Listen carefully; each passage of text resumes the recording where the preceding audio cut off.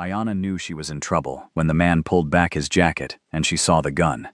She knew she was in serious trouble when two more men appeared, all wearing the same cold expression. But she knew she was in life or death trouble when their boss walked out, took one look at her worn clothes and terrified face, and said 5 words that made her blood freeze. "You have 60 seconds to explain." Explain what? That she'd chased a 4-year-old onto what she thought was her employer's plane.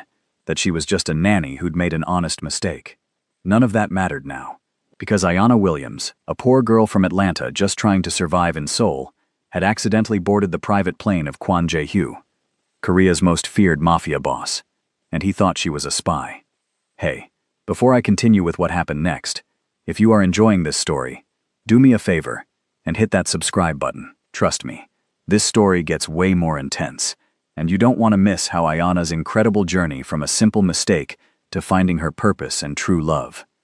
Ayana's heart pounded as she sprinted through the private terminal at Incheon Airport. Her braids whipped behind her as she dodged a maintenance cart. Emma, come back here." The 4-year-old giggled and ran faster, her pink backpack bouncing. That child had the energy of 10 kids combined.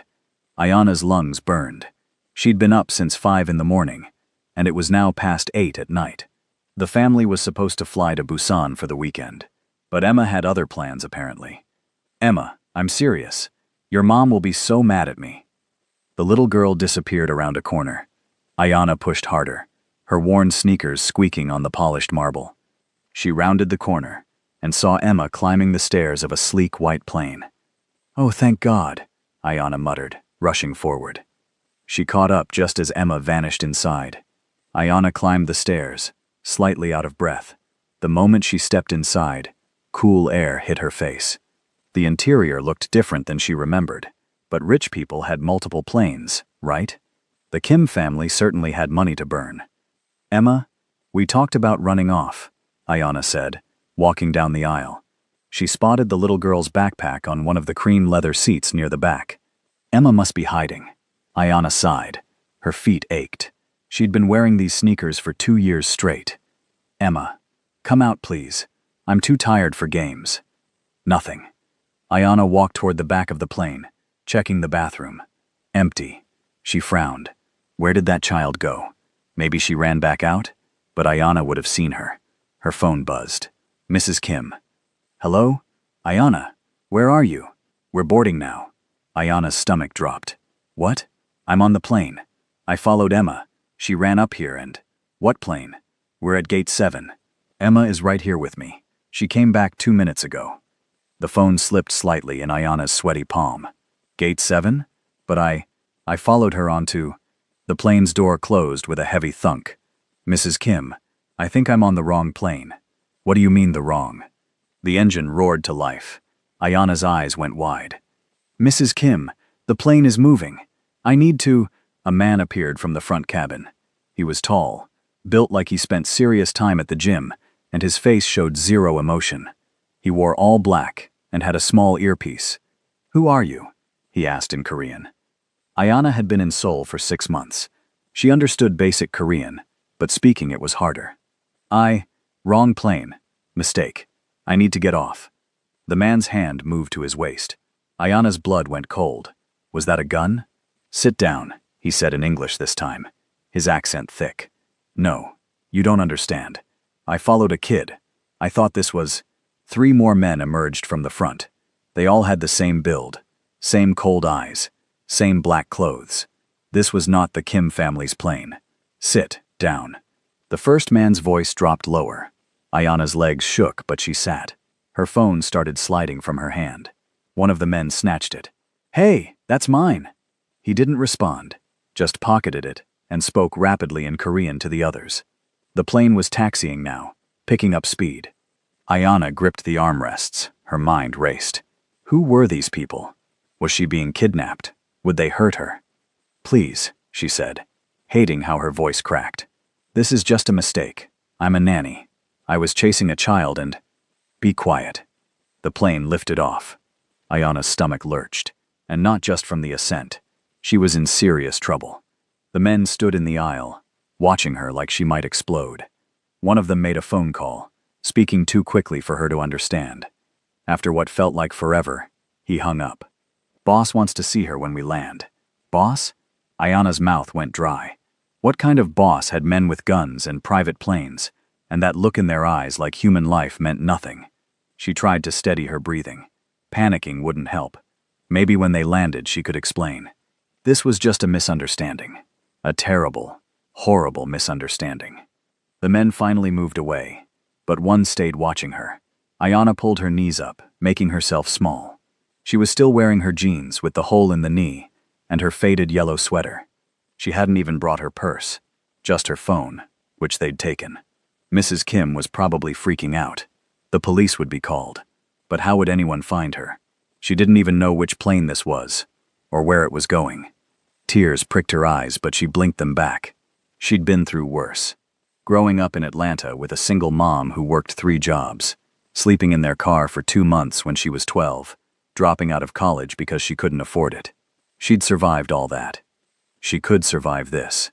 Maybe. The flight lasted about an hour. When they landed, the man guarding her gestured for her to stand.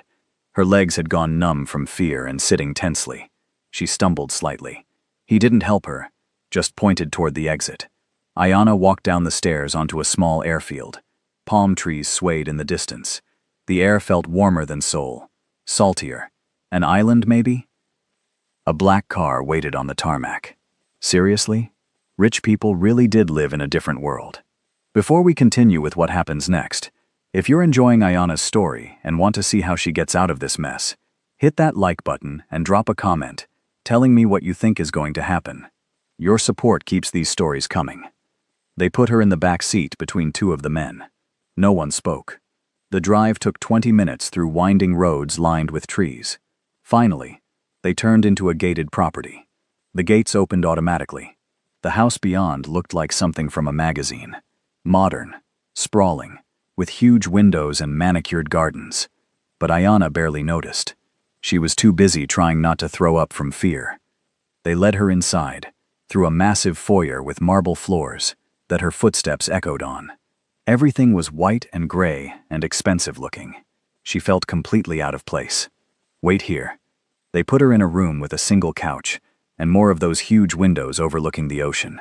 It would have been beautiful if she wasn't terrified. One man stood by the door. Ayana sat on the edge of the couch, hands clasped tightly. Minutes crawled by, or maybe hours. She couldn't tell. Then the door opened. The man who walked in made everyone else look small, though he wasn't particularly tall, maybe 5'10". It was something about the way he carried himself, like he owned not just the room, but the entire world. He wore a simple black shirt and black pants, and his dark hair was styled back from his face. His eyes found hers immediately. They were dark, unreadable, cold as winter. Ayana forgot how to breathe. He said something in Korean. The other men left, closing the door behind them. Now it was just the 2 of them. He studied her for a long moment, taking in her ratty clothes and worn sneakers, and probably terrified expression. Then he spoke in perfect English. "You have 60 seconds to tell me who sent you." What? No one sent me. 50 seconds. I'm telling the truth. I'm a nanny. I work for the Kim family in Seoul. I was chasing a kid at the airport and... 40 seconds.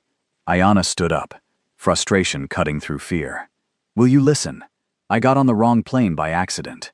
A little girl ran away from me. I followed her. I thought it was my employer's plane, but it wasn't. It was yours. And I didn't know until it was too late. He stepped closer. Ayana's breath caught. Up close, she could see a small scar on his jawline, barely visible. You expect me to believe, he said slowly, that you accidentally boarded my private plane without anyone stopping you? Yes, because that's what happened. Do you know who I am? No. Should I? Something flickered in his eyes. Surprise, maybe? It vanished quickly. My name is Kwon Jae-hyu. He said it like it should mean something.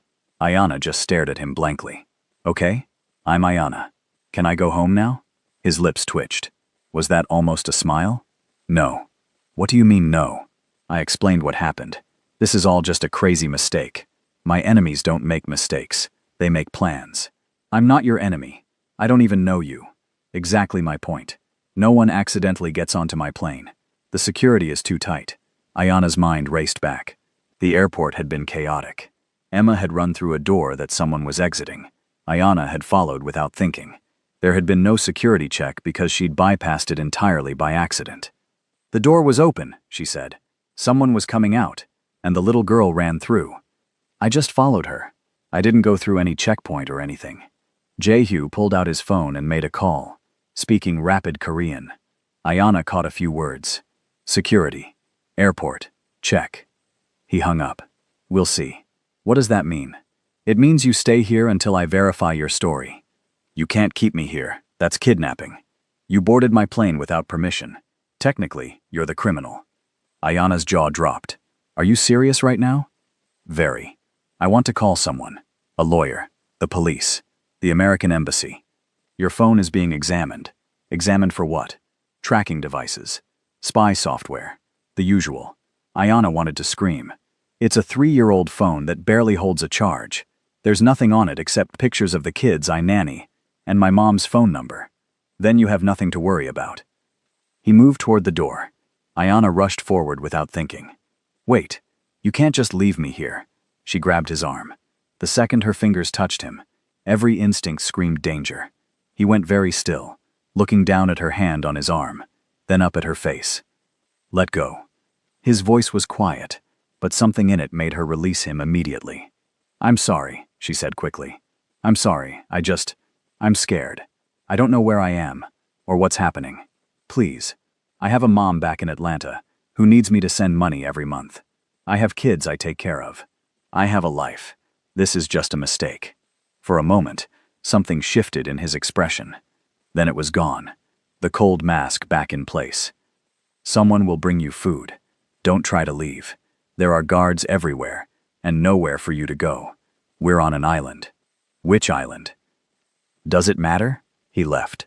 The door clicked shut behind him. Ayana sank back onto the couch, shaking. This couldn't be real. Things like this didn't happen to people like her. She was nobody. A nanny who could barely make rent. Why would the universe throw her into whatever this was? She looked around the room, really seeing it now. The windows didn't open. The door was probably locked. The ocean stretched endlessly outside, beautiful and completely useless for escape. A sob built in her chest, but she swallowed it down. Crying wouldn't help. She needed a plan. But first, she needed to figure out who exactly Kwon Jae-hyo was, and why he had armed men, and this level of security. The answer came sooner than expected. A woman arrived with food, middle-aged with kind eyes. She set down a tray and said in halting English, "Eat. You need strength." "Thank you," Ayana said. "Can I ask you something? Who is Kwon Jae-hyo?" The woman's eyes widened. "You don't know?" "No." She leaned in closer, lowering her voice. "He controls half of Seoul's business. Very powerful. Very dangerous. People don't cross him." Ayana's appetite vanished. "What kind of business?" The woman shook her head. "Eat. Don't ask questions. It's safer." She left quickly, like staying too long might get her in trouble. Ayana stared at the food. Rice, fish, vegetables. It looked good, but her stomach churned. She forced herself to eat anyway. The woman was right. She needed strength. She was finishing the meal when the door opened again. A different man this time. Younger, with sharp features and suspicious eyes. He spoke in Korean. "I don't understand," Ayana said. He switched to English, his accent lighter than the others. "I am Min-suk, second in command. I have questions." "I already explained everything to your boss. Explain again, to me." So she did, going through the whole story once more. He listened without expression, occasionally making notes on his phone. "The Kim family," he said when she finished. "Which Kim family?" "Kim Tae-won and Kim Sun-hee. They have 3 kids. I take care of the youngest 2. "Address?" Ayana rattled it off. Min-suk typed it in.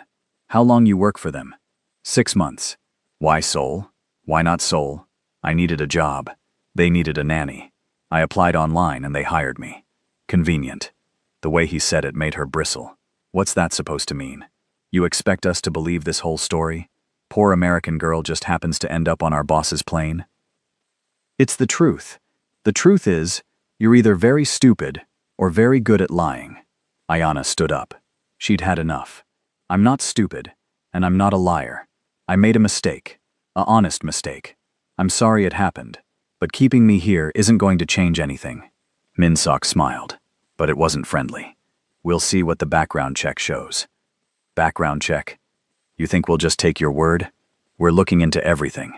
Your family, your history, the Kim family, every detail. He left. Ayana wanted to throw something. Instead, she paced the room, anger burning through the fear. How dare they treat her like a criminal? She hadn't done anything wrong, but a small voice in her head whispered that it didn't matter. She was in their world now, and in their world, she was guilty until proven innocent. The sun was setting outside, painting the ocean orange and pink. Any other time, Ayana would have found it beautiful. Now it just reminded her how far she was from home. A soft knock on the door startled her. The same woman from before entered with blankets and a pillow. You sleep here tonight, she said. Here? On this couch? Boss says not ready for bedroom yet. Tomorrow, maybe. So she was still a prisoner. At least they were giving her blankets. Thank you, Ayana said softly. The woman hesitated, then whispered, I believe you. About the mistake. You have honest face. It was such a small kindness, but it made Ayana's eyes water. Thank you. After the woman left, Ayana made up the couch as best she could. The pillow was actually nice, way better than the flat thing she had in her tiny apartment in Seoul. She lay down, pulling the blanket up. Sleep seemed impossible. Her mind wouldn't stop racing, but exhaustion eventually won, dragging her under, into fitful dreams of plains and cold eyes, and endless ocean. She woke to voices outside the door. Korean, speaking too fast to follow. She sat up, her neck sore from the couch. Morning light streamed through the windows. The door opened. Jae-hyo stood there, looking exactly as put together as yesterday. Meanwhile, Ayana probably looked like she'd been dragged through a hurricane. Come with me, he said. Where? Does it matter? You can't refuse. He had a point. Ayana stood, trying to smooth her hair. It was useless. Her braids were messy, and she desperately needed a shower. She followed him through the house. In daylight, she could see it better. Modern artwork on the walls. Expensive-looking everything, but also strangely empty, like no one really lived here. He led her to an office with a desk and 2 chairs. He sat behind the desk. She took the other chair, uninvited. Your story checks out, he said. Partially. Partially. You do work for the Kim family. You are from Atlanta.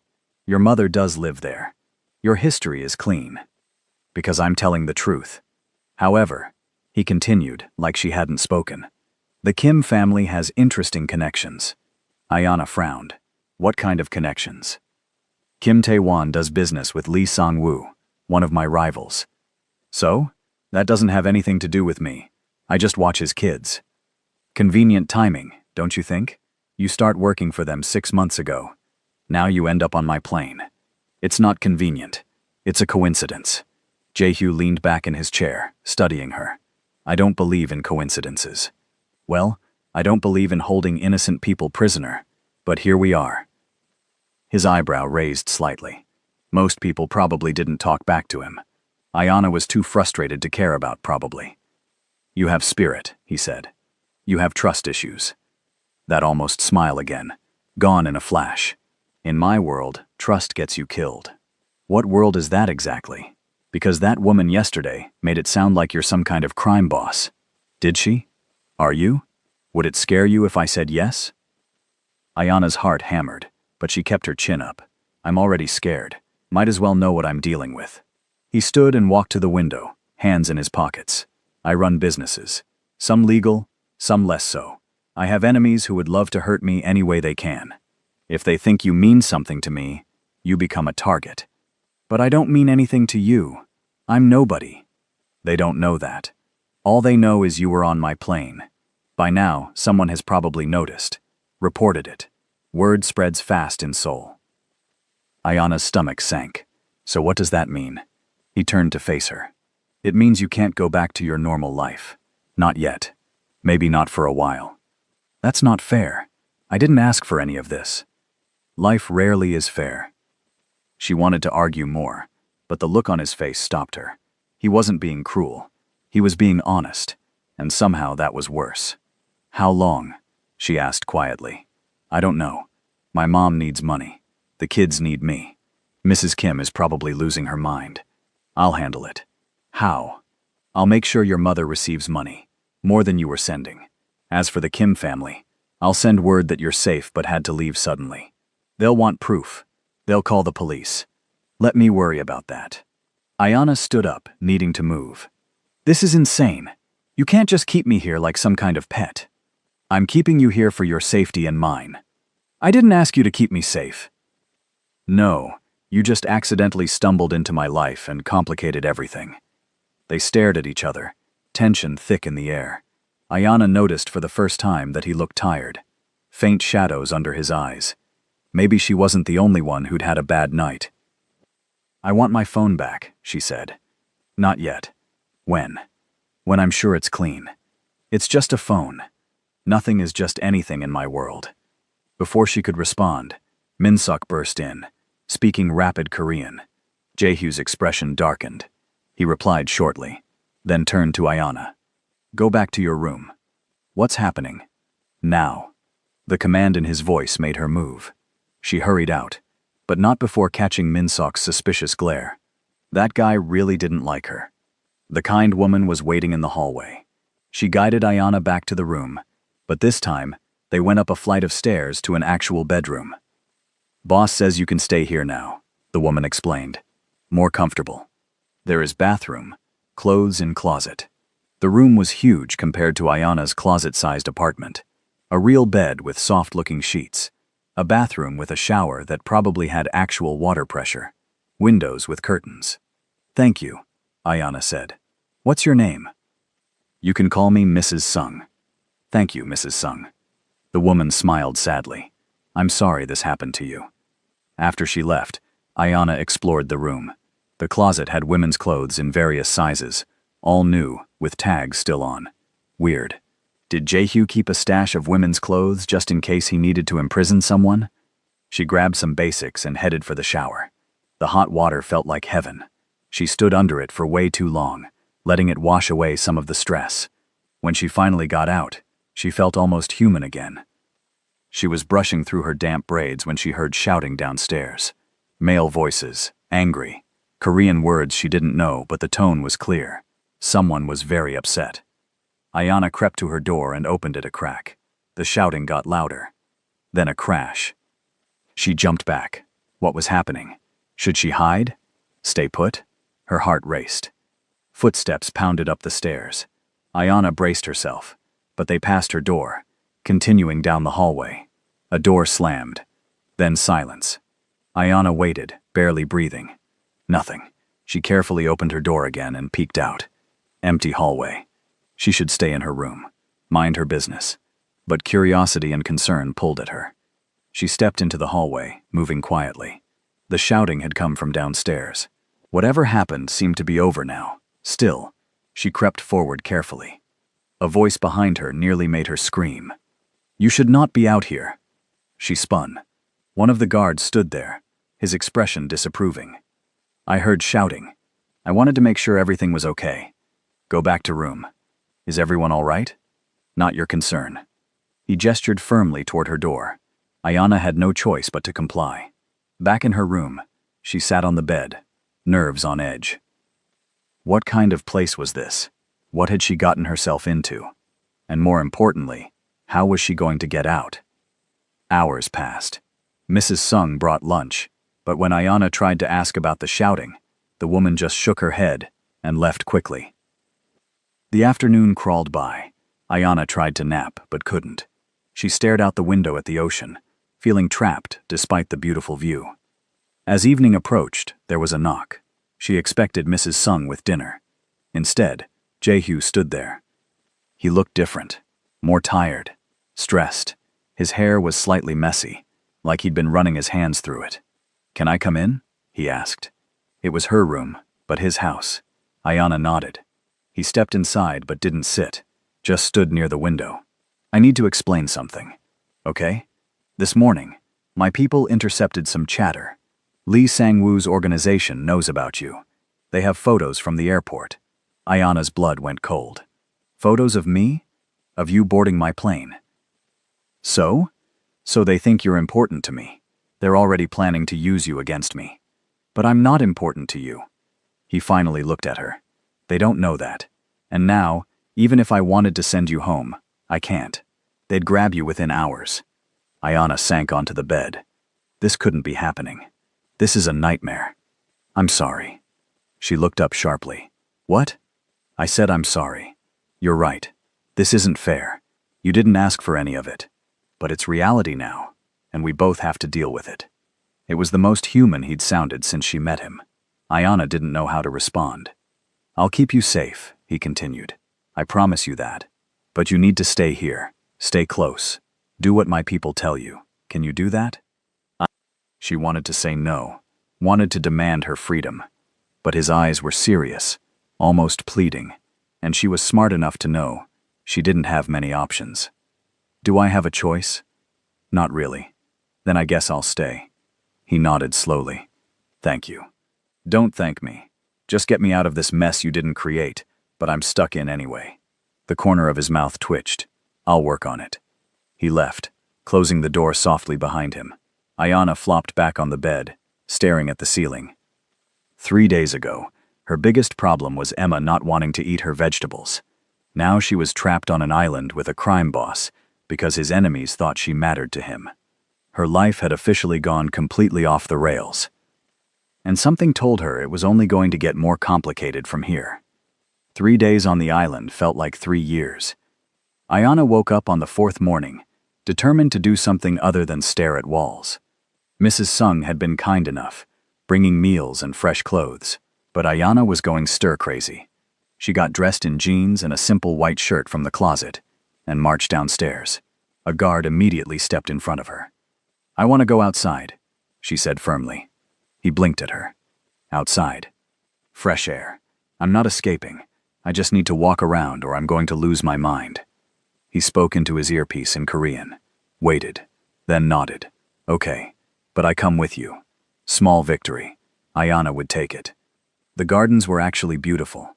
Stone paths wound between carefully trimmed bushes and flowering trees. The ocean sparkled beyond a low wall. Ayana breathed in the salt air, feeling slightly more human. How long have you worked for him? She asked the guard. 5 years. Is he always this paranoid? The guard's lips twitched. He is careful. Different thing. Seems the same to me.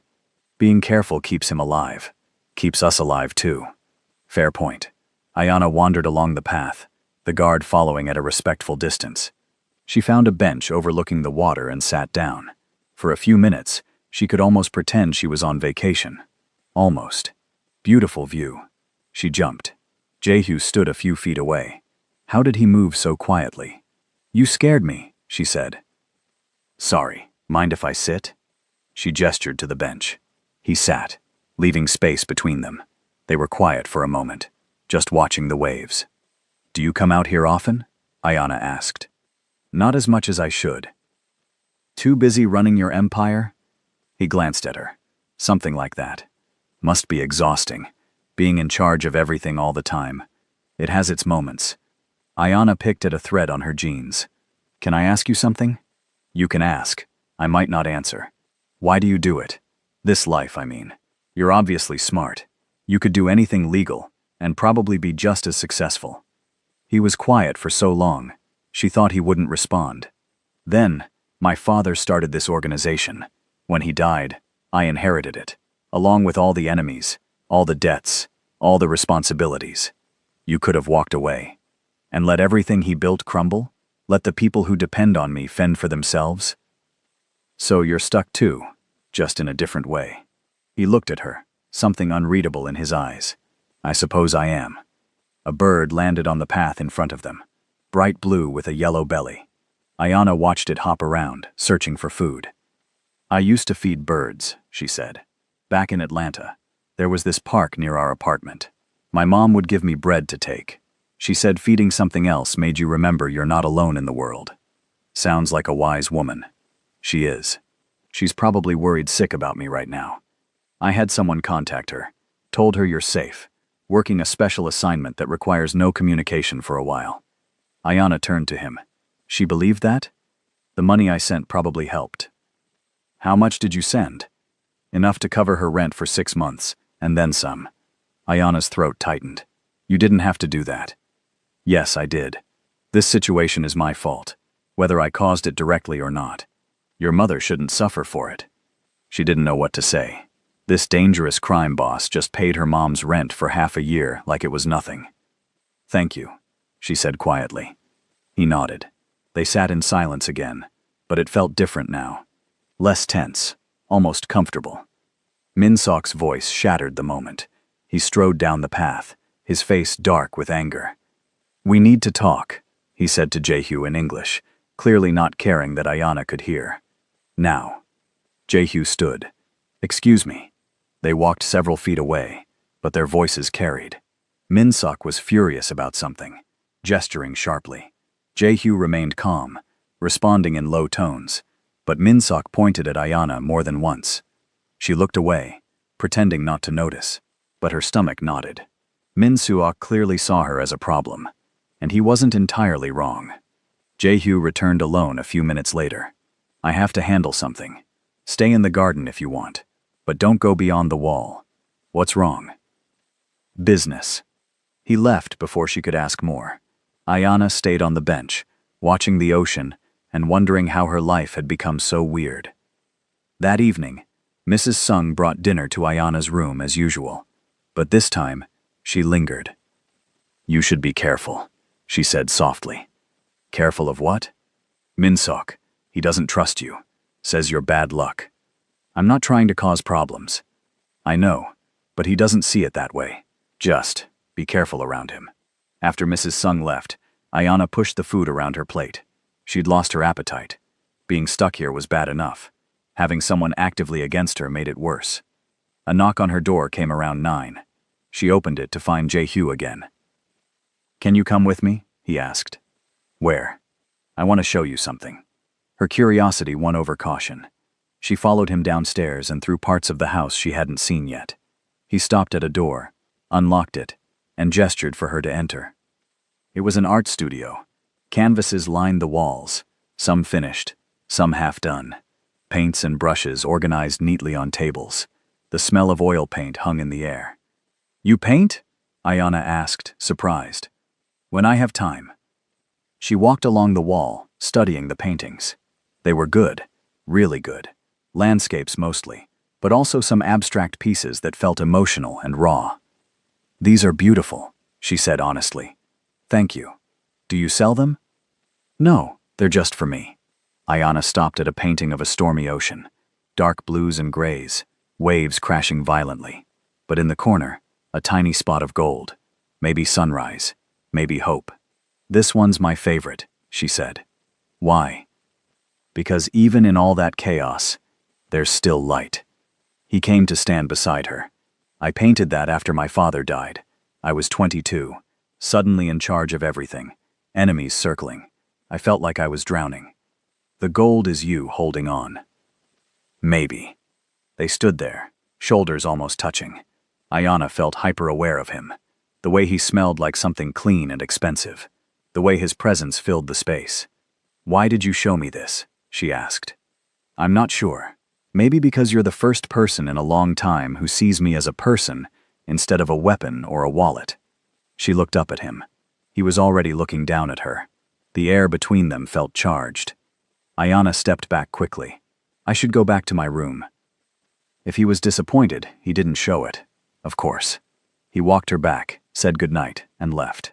Ayana closed her door and leaned against it, heart racing. No, absolutely not. She could not develop feelings for this man. He was a criminal. She was his prisoner, sort of. This was not a fairy tale. But her treacherous heart didn't seem to care about logic. The next morning brought chaos. Ayana woke to shouting and running footsteps. She jumped out of bed and cracked open her door.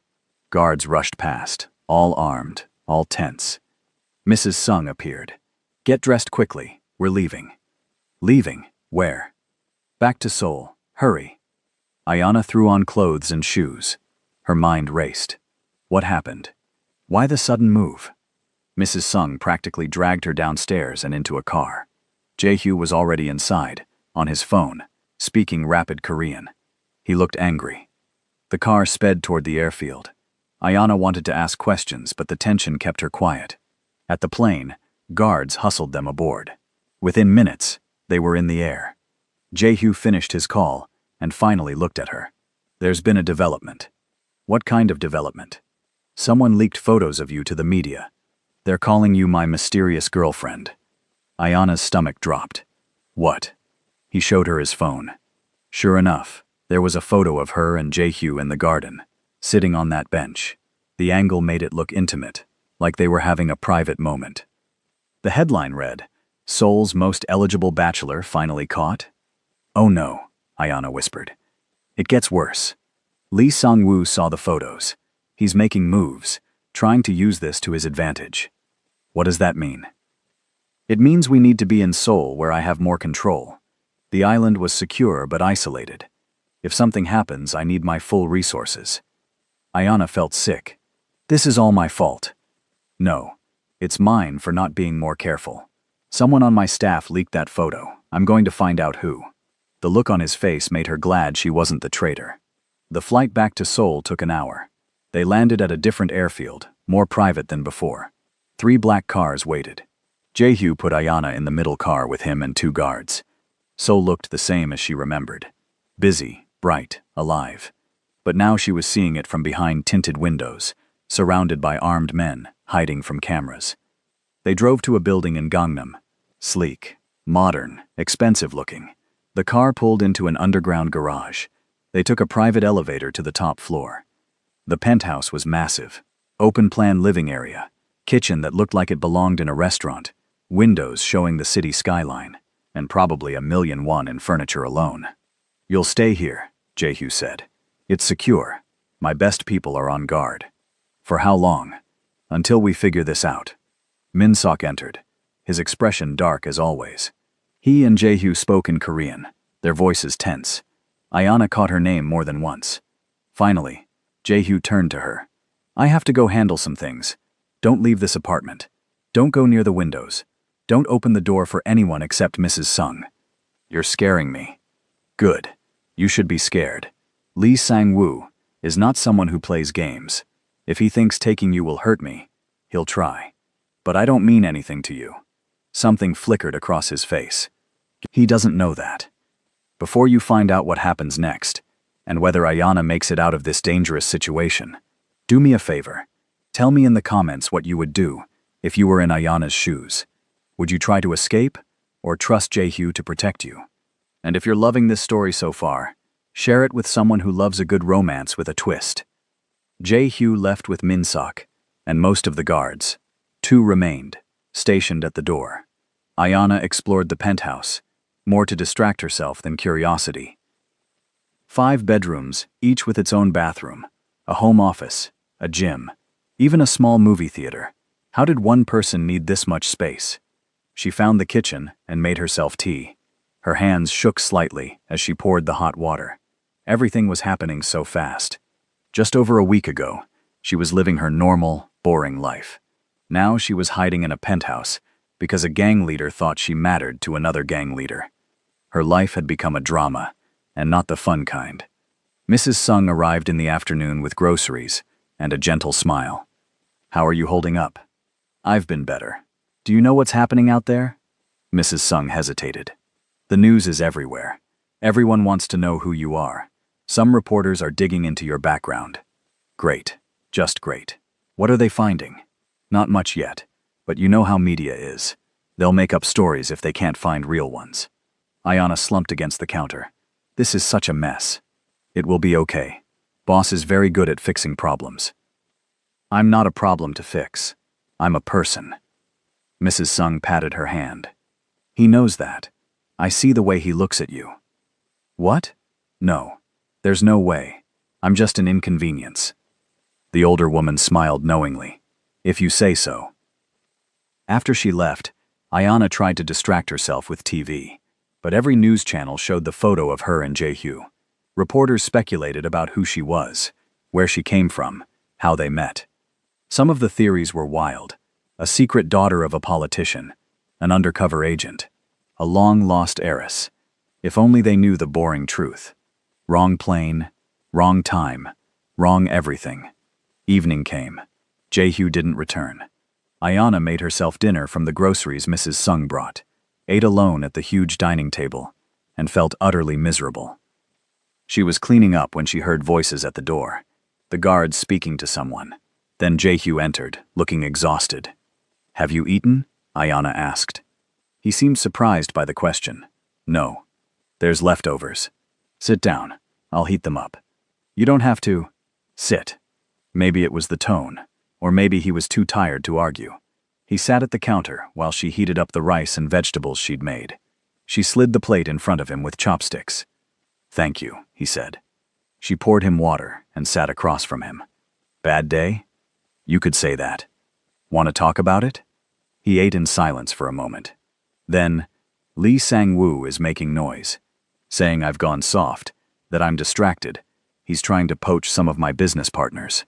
Because of me. Because he's an opportunist. He would have found another excuse eventually. But I made it easier." Jae-hyo set down his chopsticks. "None of this is your fault. I need you to understand that." "Then whose fault is it?" "Mine. For not having tighter security at the airport. The universe's. For bad timing. Does it matter? It happened. Now we deal with it." Ayana traced patterns on the counter.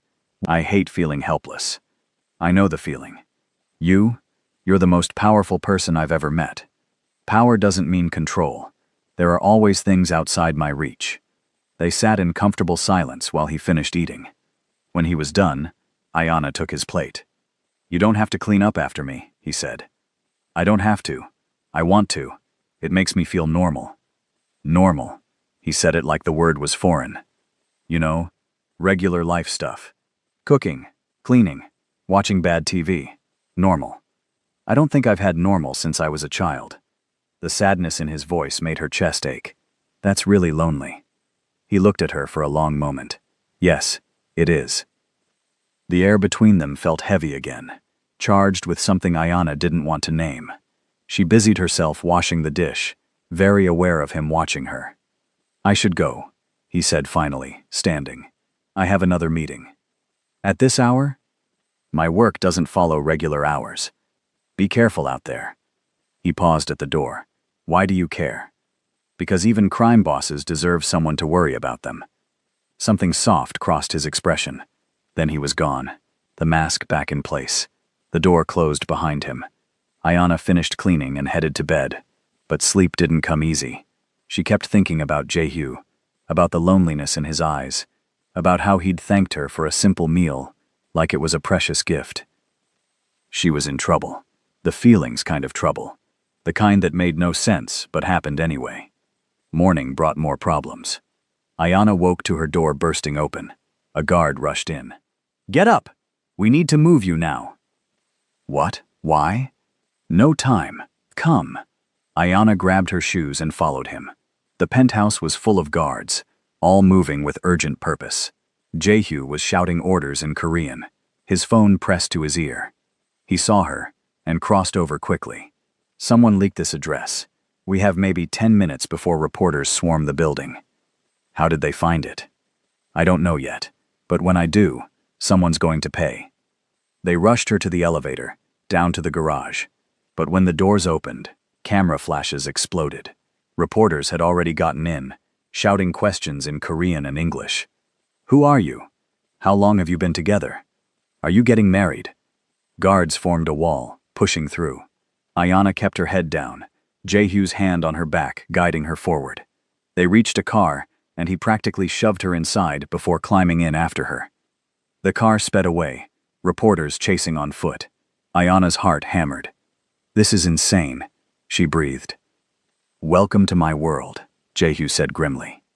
They drove for 20 minutes, doubling back several times to lose any followers. Finally, they pulled into another building's garage, this one with heavy security. "Where are we?" Ayana asked. "One of my offices. It's secure. No one outside my inner circle knows about it." They took her up to a small apartment on the 3rd floor. Basic but comfortable. A safe house, probably. Jae-hyu's phone rang constantly. He answered in sharp Korean, his anger clear, even if Ayana couldn't understand the words. Min-sok arrived an hour later. He and Jae-hyu argued, their voices rising. Min-sok pointed at Ayana again, his face red. Enough. Jae-hyu's voice cracked like a whip. I don't want to hear another word against her. Am I clear? Min-sok's jaw clenched. He gave a sharp nod and left, slamming the door. Jae-hyu ran a hand through his hair, looking more stressed than Ayana had seen him. He really hates me, she said quietly. He doesn't trust easily, and right now, everything is falling apart. He needs someone to blame. So he blames me. I won't let him hurt you. I'm not worried about him hurting me physically, but he's your second in command. If he thinks I'm bad for you, bad for business, that's a problem. Jae-hyu sat down heavily on the couch. Everything is a problem right now. Ayana sat beside him. Not too close, but not far either. What can I do to help? You can't do anything. This is my mess to clean up. It's our mess. Like it or not, we're in this together now. He looked at her, something vulnerable in his eyes. I never wanted to drag anyone else into this life. You didn't drag me. I walked in by accident, remember? Worst accident of your life. Ayana thought about it. The fear, the uncertainty, the danger, but also the unexpected moments. The garden, the art studio, the quiet conversations. Maybe not the worst, she said softly. His eyes searched hers. You should hate me. Probably, but I don't. The space between them seemed to shrink. Ayana's breath caught. Jae-hyu leaned slightly closer. Her heart raced. Was he going to? His phone rang, shattering the moment. He pulled back, answering with clear frustration. Ayana let out a shaky breath. That was close. Too close.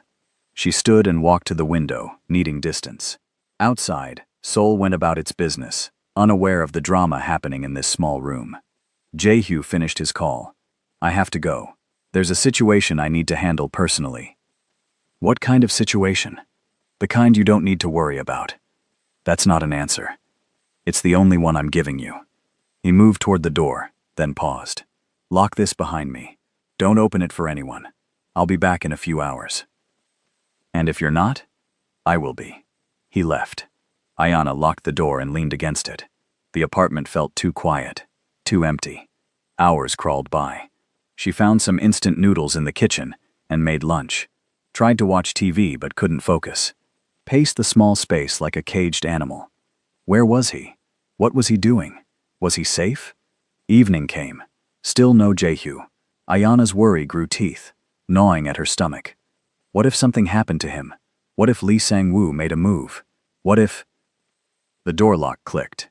Ayana jumped up as Jae-hyu entered. He looked okay, not hurt, but his expression was dark. What happened? She asked. We found the leak. Someone in my organization has been feeding information to Lee Sang-woo for months. Who? That's what I'm still determining. But they knew about the island house, this apartment, my movements, everything. Ayana's blood went cold. So nowhere is actually safe. My main residence is. I'm taking you there tonight. Where you live? It's the most heavily guarded property I own, and the only place I haven't told anyone about bringing you. An hour later, they were in a car again. This time, the drive took them outside central Seoul, to a quieter area. The house sat behind high walls and gates, traditional Korean architecture mixed with modern security. Inside was beautiful. Wood floors, careful lighting, art on the walls. It felt like a home, not just a showplace.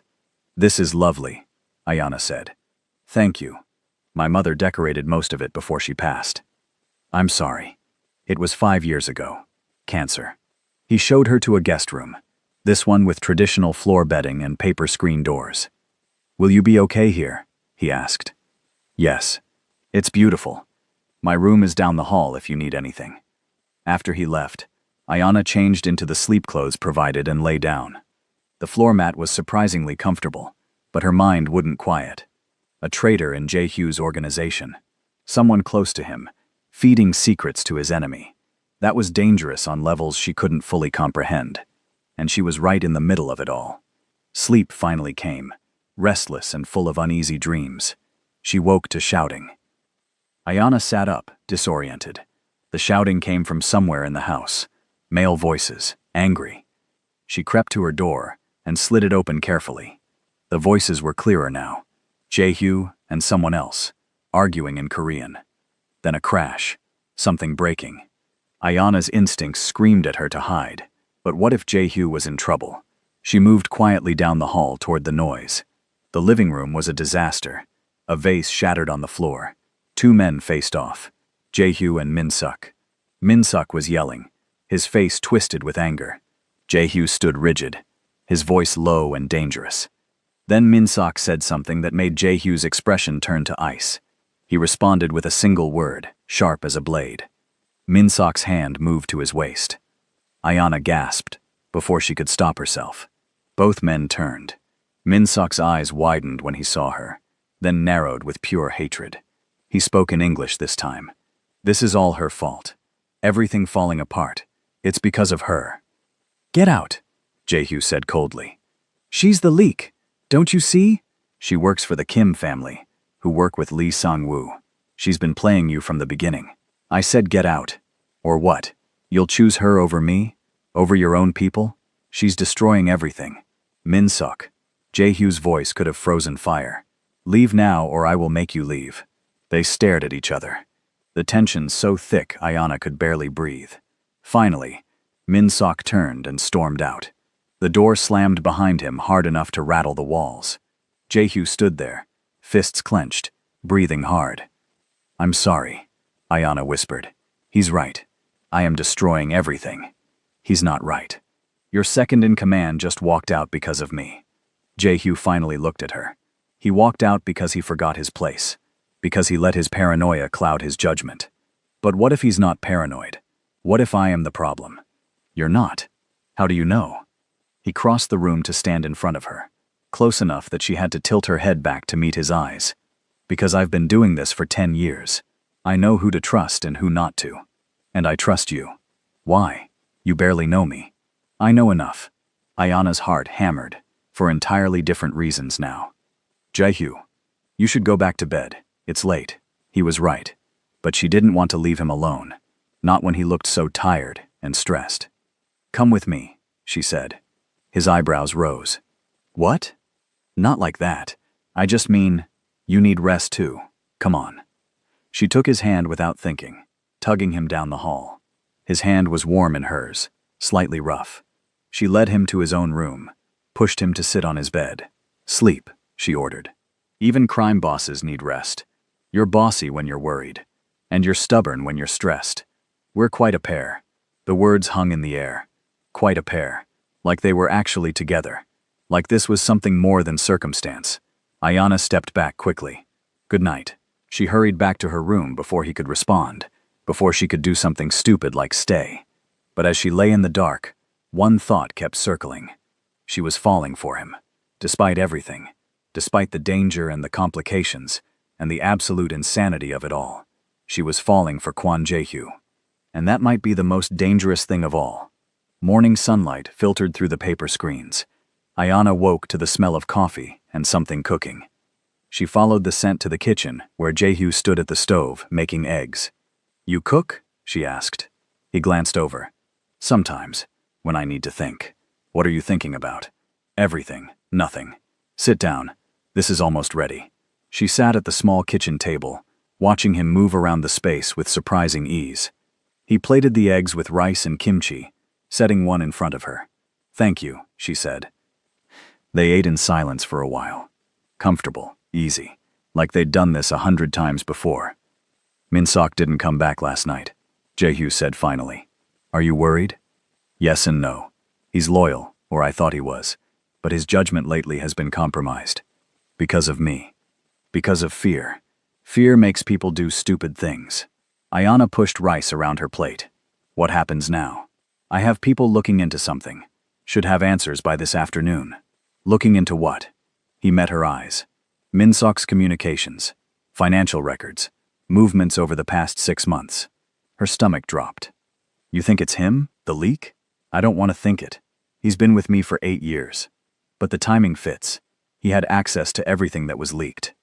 What will you do if it's true? Jae-hyu's expression went cold. What I have to. The weight of those words settled over them. Ayana had seen glimpses of the dangerous man underneath, but this was different. This was the leader who couldn't afford mercy. His phone buzzed. He read the message and stood abruptly. I need to go. Stay here. Don't answer the door. Jae-hyu, wait. He paused. Be careful, she said softly. Something in his expression softened. Always am. After he left, Ayana cleaned up breakfast and tried to distract herself. She found a book in Korean and English on the shelf, some poetry collection. The words were beautiful, even when she didn't fully understand them. Hours passed. She made lunch, ate alone, watched the afternoon sun move across the floor. Where was he? What was happening? Her anxiety grew teeth and claws, tearing at her insides. Finally, around 4, the door opened. Jae-hyu entered with 3 men she didn't recognize. His face was dark, closed off. Pack a bag, he said to her. We're moving again. What happened? Not now. Please, just pack. The urgency in his voice moved her. She threw clothes and basics into a bag. When she came out, Jae-hyu was on the phone, speaking rapid Korean. His tone was sharp, angry. He hung up and turned to her. Let's go. In the car, she tried again. Will you please tell me what's going on? It was Min-sok. He's been working with Lee Sang-woo for 3 months. Feeding him information, tracking my movements, everything. Ayana's hand flew to her mouth. Oh no, he blamed you. But really, he'd been planning this betrayal long before you showed up. You were just a convenient excuse. Where is he now? Missing. He cleared out his apartment this morning. Took everything. So he ran? Jae-hyu's laugh was bitter. No, he's with Lee Sang-woo now. And they're planning something. My sources heard chatter about a major move tonight. What kind of move? He looked at her, and fear flickered in his eyes. Real fear. Against you.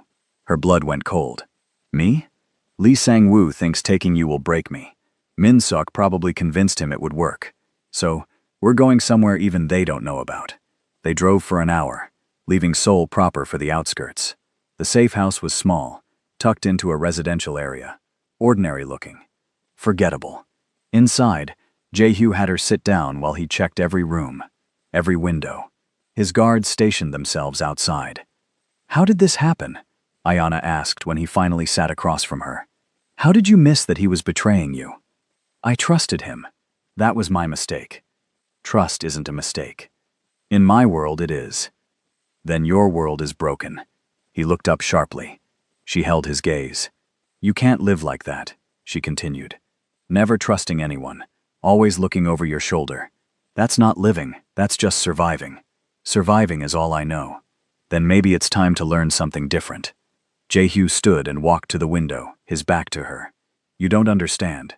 People I trust end up dead, or they betray me. My father, my mother, now Min-sok. Everyone leaves or turns.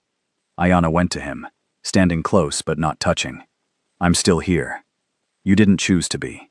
Maybe not at first, but I'm choosing now. He turned to face her. Why? Why would you choose this? Choose me? You could demand I send you home, put you on a plane back to Atlanta. You could leave all of this behind. And spend the rest of my life wondering if you're okay. No thank you. Ayana. The way he said her name, soft and rough at the same time, made her heart skip. I know this is crazy, she whispered. I know it makes no sense, but somewhere between the wrong plane and right now, I started caring about you. The real you, not the scary boss version. The real me is dangerous. I know. I'm terrified. But I'm also here, and I'm not going anywhere. The space between them disappeared. Jae-hyu's hand came up to cup her face, his thumb brushing her cheek. You're going to ruin me, he said. Good. You need a little ruining. He smiled, really smiled, and it transformed his whole face. Then he leaned down and pressed his forehead to hers. Not a kiss, something almost more intimate. A moment of complete trust. They stood like that, breathing the same air, the world narrowing to just them. Then his phone rang. Jae-hyu pulled back with a frustrated growl and answered. His expression changed instantly. When? Where? He listened, his face going harder with each second. Don't engage. I'm coming now. He hung up and turned to her. Lee Sang-woo's people are asking around about you in Itaewon. They're looking for you. How would they even know where to look? They don't. They're casting a wide net, hoping to get lucky. But it means they're actively hunting. A knock on the door made them both freeze. One of the guards entered, speaking quickly in Korean. Jae-hyu's expression darkened further. What? Ayana asked. Someone just tried to access my main office building. They had security codes that only Min-sok would know. This is escalating fast. Too fast. Lee Sang-woo is making his move tonight. I can feel it. Before Ayana could respond, another guard rushed in. More rapid Korean. Jae-hyu went very still. What now? She asked, fear creeping up her spine. They found Min-sok. He's requesting a meeting. That's obviously a trap. Of course it is. But it might be my only chance to end this before someone gets hurt. Someone meaning me. He didn't deny it. I'm going to meet him. You'll stay here with my best guards. You'll be safe. No. No. I'm coming with you. Absolutely not. If I'm the bait they want, maybe we use that. Let them think they're getting what they want. Are you insane? I'm not putting you in danger. I'm already in danger. At least this way we control the situation. They argued for 10 minutes, but Ayana refused to back down. Finally, Jae-hyu made a frustrated noise. You're the most stubborn person I've ever met. I learned from the best. His lips twitched, despite the tension. Fine, but you do exactly what I say, when I say it. Understood? Understood. 1 hour later, they pulled up to an abandoned warehouse in an industrial area. The sun was setting, casting long shadows. Ayana's heart hammered so hard she thought it might break through her ribs. Last chance to stay in the car, Jae-hyu said. Not happening. He took her hand, squeezing once. Stay close to me. They walked toward the warehouse, guards flanking them. The door stood open, darkness beyond. Every instinct screamed at Ayana to run. She ignored them and stepped inside with Jae-hyu. Lights flickered on. The warehouse was empty except for 2 groups of men facing each other. On one side, more of Jae-hyu's people. On the other, strangers. And in the middle, Min-sok and another man. The other man was older, maybe 50, with sharp eyes and an expensive suit. Lee Sang-woo, Ayana guessed. Kwon Jae-hyu, Lee Sang-woo said in accented English. You actually brought her. How sentimental. Let's skip the games, Jae-hyu replied coldly. What do you want? What I've always wanted. Your territory, your connections, your business. And now, thanks to your little distraction here, I'm going to take it. You can try. Lee Sang-woo smiled. Oh, I'll do more than try. You see, Min-sok here has been very helpful, telling me all your secrets, your weaknesses. Did you know about the offshore accounts? I do now. Jae-hyu's hand tightened on Ayana's. Min-sok, you want to explain why you betrayed 8 years of loyalty? Min-sok stepped forward, his face twisted with anger. Loyalty? You talk about loyalty while you throw everything away for her? Some random woman who stumbled onto your plane, and suddenly you're making mistakes, losing focus, putting all of us at risk. I never put my people at risk. You put her above us, above the business, above everything we built. So you sold me out to Lee Sang-woo? That's your solution?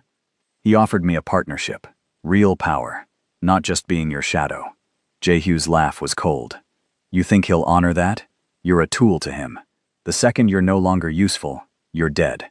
Lee Sang-woo clapped slowly. Very dramatic. But let's get to business. Here's what's going to happen. You give me 60% of your operations, sign over the contracts, and walk away. You get to keep your life and your little girlfriend. Everyone wins. Except I'd lose everything I built. Small price for love. No? Ayana felt Jae-hyu tense beside her. Before anyone could speak, she stepped forward. Can I say something? Every eye turned to her. Jae-hyu tried to pull her back, but she slipped free. Hey, I know this is intense, but before we get to the big confrontation, I need to know something. Are you Team Ayana or Team Jae-hyu? Drop a comment and let me know. And don't forget to hit that subscribe button, because trust me, you don't want to miss how this ends. You all think I'm some kind of weakness, Ayana said, proud that her voice didn't shake. Some random woman who messed everything up. And you're right, I did mess things up. but not the way you think. Ayana, don't, Jae-hyo warned. She ignored him. Min-seok, you said I made him lose focus. You're wrong. I made him remember he's human, that there's more to life than power and fear and looking over your shoulder every second. Touching, Lee Sang-woo said dryly. But irrelevant. Is it? Because from where I'm standing, you're all so busy fighting over territory and money that you've forgotten what actually matters. You, Min-seok, you were angry because you felt replaced. But instead of talking about it like an adult, you betrayed someone who trusted you. Min-seok's face reddened. You know nothing about our world. You're right, I don't. But I know about loyalty. Real loyalty. And it doesn't come with conditions. It doesn't disappear the second things get hard. Enough, Lee Sang-woo said. This is boring me. Kwon, what's your answer? No deal. Then I take the girl. Lee Sang-woo snapped his fingers. His men moved forward. Jae-hyo's guards stepped in front of Ayana, hands going to weapons. Wait, Ayana shouted. Min-seok, there's something you should know. Everyone paused. Min-seok frowned at her. What? How much is Lee Sang-woo paying you for this partnership? That's none of your business. Humor me. Min-seok glanced at Lee Sang-woo, who nodded. 30% of the combined operations. Ayana turned to Lee Sang-woo. And what did you tell Park Jin-ho? The warehouse went silent. Lee Sang-woo's expression flickered. Who? He said carefully. Park Jin-ho, your accountant. The one who's been skimming money from your operations for 6 months. The one who told me all about your real plans for Min-seok. She was bluffing. Completely. But she'd heard Jae-hyo's people mention that name on the car ride, talking about Lee Sang-woo's organization. She was gambling everything on a guess. Lee Sang-woo's eye twitched. Barely noticeable, but there. Min-seok turned to him. What is she talking about? Nothing. She's lying. Am I? Then why do you look nervous? Tell him the truth. Tell him what you're really planning. Min-seok, she's playing games, Lee Sang-woo said, but his voice had lost some confidence. Ayana pressed forward. You were going to use him to take down Jae-hyo, then eliminate him and blame it on Jae-hyo's people. Make it look like revenge. You'd get all the territory and no competition. She was making it up as she went, but it made sense. And clearly it made sense to Min-seok too, because doubt crossed his face. Is this true? Min-seok demanded. Of course not. You think I'd tell my accountant something like that? So you do know Park Jin-ho. Lee Sang-woo realized his mistake too late. I meant, theoretically. You lying snake. Min-seok lunged at Lee Sang-woo. Chaos erupted. Men from both sides shouted. Someone threw a punch. Jae-hyo grabbed Ayana and pulled her behind a concrete pillar. What did you just do? He asked. I have no idea. I was completely making that up. He stared at her for a second, then laughed. Actually laughed. You're incredible. The fight was breaking up now. Jae-hyo's guards had weapons drawn. Lee Sang-woo's people backed off. Min-seok had Lee Sang-woo by the collar, shouting in his face. Jae-hyo stepped out from the pillar. Everyone stop. The authority in his voice cut through the chaos. Everyone froze. Lee Sang-woo, you've lost, Jae-hyo said calmly. Your own people heard you confirm what she said. Min-seok knows you were playing him. Whatever alliance you had is done. Lee Sang-woo shoved Min-seok off him, straightening his suit. This isn't over. Yes, it is. Walk away now while you still can. Touch any of my people, including her, and I won't be this generous again. For a long moment, Lee Sang-woo stared him down. Then he smiled coldly. Keep your empire for now, but watch your back, Kwon. This game isn't finished. He turned and left, his people following. The warehouse emptied quickly, until it was just Jae-hyo's people, Min-seok and Ayana. Min-seok stood alone, looking lost. I messed up. Yes, you did, Jae-hyo said. I was angry, jealous, scared of losing my place. So you betrayed everything we built. I know, and I can't take it back. Min-seok looked at Ayana. You saved my life just now. Why? Ayana shrugged. Because everyone deserves a chance to realize they're being used. What you do with that chance is up to you. Min-seok turned back to Jae-hyo. I understand if you want me gone. If you want worse than gone. Jae-hyo was quiet for a long time. You're out. Done. I want you out of Seoul by morning. If I see you again, if you ever come near my business or my people again, I won't hesitate. And if I refuse to leave, then we'll have a very different conversation. The threat hung in the air. Min-sok nodded slowly.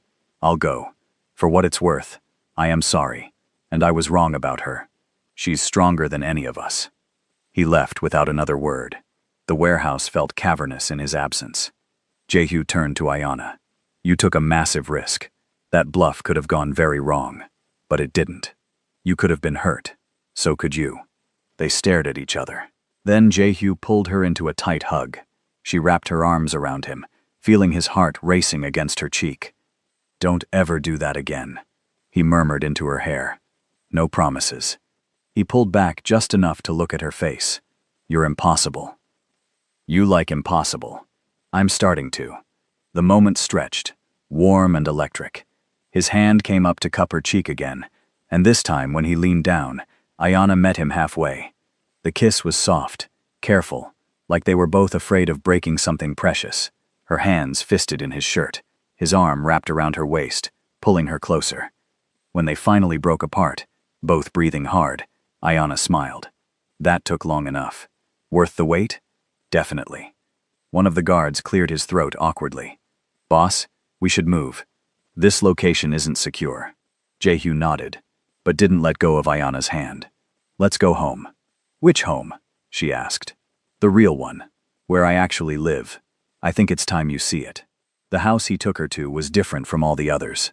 Smaller, cozier, tucked away in a quiet neighborhood. Inside, it felt lived in. Books on shelves, dishes in the sink, photos on the walls. This is where you really stay? Ayana asked. When I can. The penthouse is for business. This is for me. She studied the photos. A younger Jae-hyo, with an older couple, both smiling. Your parents? Yes. Before my father got deep into the business. Before everything changed. They look happy. They were. For a while. Ayana turned to face him. What happens now? With Lee Sang-woo? With everything? Now I rebuild. Fix the damage Min-sok caused. Strengthen security. The usual. And me? He stepped closer. What do you want to happen? I don't know. A week ago I was a nanny. Now I'm, what? Your girlfriend? Your liability? Your weakness? How about my partner? She blinked. What? You said something tonight that stuck with me. About remembering I'm human. You're right. I've spent 10 years building walls, trusting no one, keeping everyone at distance. It's kept me alive, but it's also been lonely, exhausting. Jae-hyo, I'm not asking you to join the organization or anything dangerous, but I am asking if you'll stay. Help me figure out how to be something other than what I've been. Maybe together we can find a balance. Ayana's heart swelled. What about my job? The Kim family? I already spoke to them. Told them you're resigning to work for me. Legally, as my personal consultant for community outreach programs. Community outreach? You said you wanted to help migrant workers. People struggling in Seoul. I have the resources to make that happen. You have the heart and the vision. We could actually do something good. Tears pricked her eyes. You'd do that? I'd do a lot of things for you. Starting with giving you a real choice. Stay or go. Seoul or Atlanta. This life or your old one. I won't force you either way. Ayana thought about Atlanta. Her tiny apartment, her mom, the familiar streets. Safe, predictable, lonely. Then she thought about Seoul, this impossible man, the chaos, the danger, but also the possibility, the feeling of being truly alive for the first time in years. I'm staying, she said. You're sure? Completely terrified, and completely sure. Is that possible? He smiled, that real smile that transformed his face. With you, anything seems possible. He kissed her again, slower this time, deeper. Ayana let herself sink into it, into him, into this new life she was choosing. When they broke apart, she laughed. My mom is going to freak out when I tell her I'm dating a Korean businessman. Former crime boss turned legitimate businessman. Oh yeah, that'll make it so much better. We'll visit her. Let her see you're happy and safe. I'll win her over. You sound confident. I convinced you to stay, didn't I? Fair point. They spent the rest of the evening talking, really talking, about his plans to legitimize more of his business, about her ideas for helping people, about what their future might look like. Around midnight, Ayanna yawned. Jehu showed her to a guest room, then paused at the door. "Thank you," he said. "For what? For getting on the wrong plane.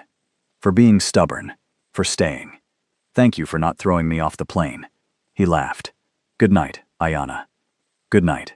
She lay in bed, still hardly believing any of this was real. 2 weeks ago she was nobody. Just Ayanna Williams, struggling nanny from Atlanta. Now, she was Ayanna Williams, partner to one of Seoul's most powerful men, consultant, advocate, and maybe, just maybe, exactly where she was supposed to be. The next morning, Ayanna woke to her phone buzzing. Her actual phone, returned to her finally. Messages from her mom, from friends, from Mrs. Kim. She called her mom first. "Baby, finally. I've been so worried." "I'm okay, Mom.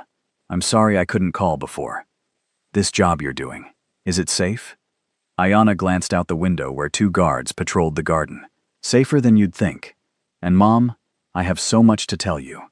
They talked for an hour. Ayanna explained as much as she could without terrifying her mother. The job opportunity with Jehu's company. The chance to make a real difference. The fact that she was maybe kind of seeing someone. Seeing someone. "Tell me about him."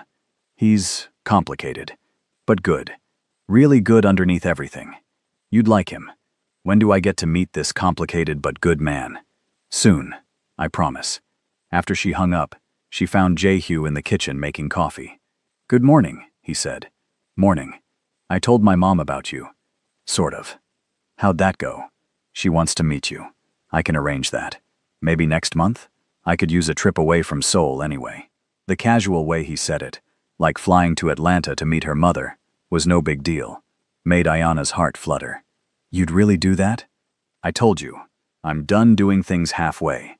If we're doing this, we're doing it right." Over the next few weeks, life settled into a new normal. Ayanna moved into Jehu's real house. She started working with his legal team on setting up a foundation for migrant workers and struggling families in Seoul. The media frenzy eventually died down when Jehu released a simple statement that, yes, he was seeing someone, and no, it wasn't anyone's business beyond that. Lee Sang-woo kept his distance, apparently deciding that going after Jehu wasn't worth the cost. Min Sok left Seoul. Ayanna heard through Mrs. Sung that he'd gone to Busan, trying to start over, and slowly, carefully, Ayanna and Jehu built something real. There were hard days. Days when his past came back to haunt him. Days when she missed Atlanta so much it hurt. Days when they fought about his overprotectiveness or her recklessness. But there were more good days. Days when they worked together on the foundation. Days when he taught her Korean, and she taught him how to make proper Southern food. Days when they simply existed together, comfortable and happy. 3 months after the warehouse confrontation, Ayanna stood in the office of their new foundation. The space was small but bright, filled with filing cabinets and desks and hope. Jehu came up behind her, wrapping his arms around her waist. "Happy?" "Very. We helped 12 families this week. 12. You helped them. I just provided the money. We're a team, remember?" He kissed her temple. "Best team I've ever been on." She turned in his arms to face him. "No regrets? About going legitimate? About all the changes?" "None. Turns out there are better ways to build an empire than fear and violence." "Who knew?" "You did, from the beginning." Ayanna smiled. "I really did just get on the wrong plane. Best mistake either of us ever made. You know what's funny? If Emma hadn't run off that day, if I'd been 1 minute slower or faster, if any tiny thing had been different, none of this would have happened. But it did happen. You stumbled into my life and turned everything upside down. In a good way? In the best way." They kissed, soft and sweet, the Seoul skyline glittering behind them through the office windows. Ayanna had boarded the wrong plane, met the wrong man at the wrong time, in the wrong circumstances. But somehow, impossibly, everything had turned out exactly right. 6 months later, Ayanna brought Jehu to Atlanta. Her mom cried when she met him, then grilled him for 2 hours about his intentions. He passed the test apparently, because by the end of dinner, her mom was showing him embarrassing baby photos. "Mom, please," Ayanna groaned. "He needs to know what he's getting into," her mom laughed. Jehu just smiled, looking at a photo of 5-year-old Ayanna covered in mud. She was adorable. Was? Is? She is adorable. Her mom pulled Ayana aside while Jae-hyo was in the bathroom. Baby, I like him. He looks at you like you hung the moon. He's been through a lot, Mom. His life hasn't been easy. I can see that in his eyes. But I also see how he softens when he looks at you. How he makes sure you're comfortable and happy. That's what matters. I love him, Ayana admitted out loud for the first time. I know, baby. Does he know? Not yet. I'm scared. Of what? That it's too fast, too crazy, that I'm reading too much into everything. Her mom took her hands. Listen to me. Life is too short for fear. You found someone who makes you happy, who treats you right, who you'd board the wrong plane for all over again. Don't let fear steal that.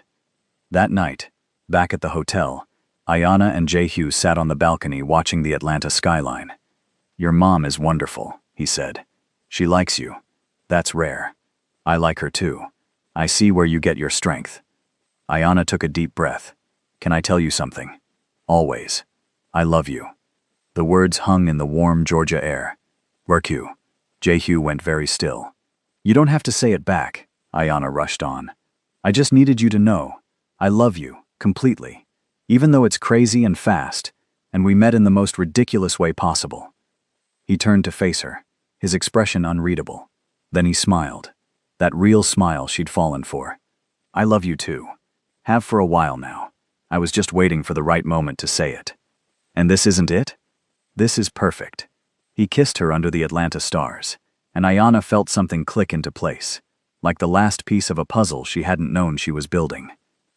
They flew back to Seoul the next day.